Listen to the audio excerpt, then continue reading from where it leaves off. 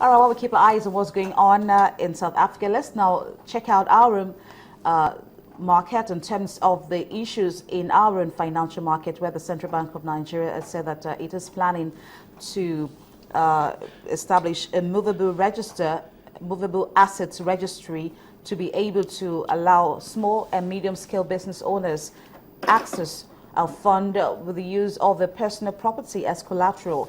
And I'm being joined in the studio by the CEO at Watershed Capital. He is Muyiwa Olarewaju. Thank you, Muyiwa, for coming on the program. Yeah, good morning. I know that this is, good morning, this is one topic that will be of interest to everybody because of the number of small businesses that we have in the country and the news that you don't have to go to the conventional bank to get loans when this is finally put together. Oh. But you can now come to the central bank and access a 220 billion naira MSME fund with your own property. What's your take on this development? I think it's a welcome development because we all know that there are various challenges facing small businesses in Nigeria.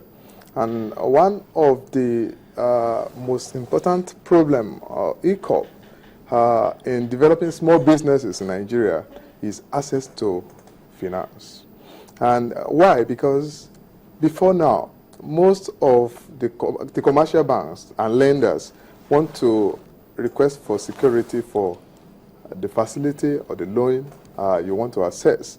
And they ask for fixed assets, in most cases landed property.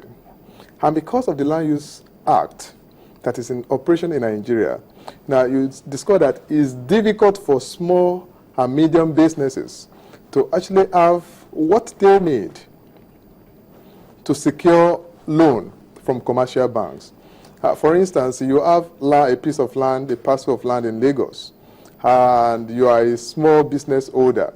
Now, before that landed property could be acceptable as collateral for loan, it must have proper title.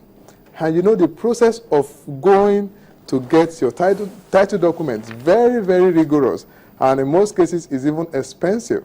So because of this, small businesses have been incapacitated because they do not have security to secure loan to grow their businesses. So for central bank to come up with this issue of movable asset registry, they have actually come to hit the nail on the head to see one of the major problems facing small and medium businesses in Nigeria and solving that problem straight away. So it's a welcome development. It's something that I am very sure micro, small, medium business owners in Nigeria will be so excited about. Now, just to let our viewers know that you can tweet at me at Biz Morning if you've got questions for our guest here. And we hope to follow this up tomorrow on the show while we get one of the officials of the central bank to also talk about the movable assets registry. So you can tweet at Biz Morning while we get your questions across to our guests. Now, Muyiwa, I'm just curious about the fact that this is a new development in Nigeria. Yes. And I'm just wondering what quality of personal items can be brought forward. Although we've heard about the fact that you can bring your television set, you can bring the jewelry, but you have to know and assess the quality. Yeah. As collateral, because you're going to put it forward as collateral. Yeah, I think the central bank has been clear as to what kind of asset that can be brought in. You know that there are equipment, machineries being used. There are also account receivables. There are a lot of movable assets owned by business owners, which can be used to secure loan. And these are the things that CBN has listed as part of assets that can be used. Yes, and you know that some of these assets, one thing that we must know is that they must be traceable.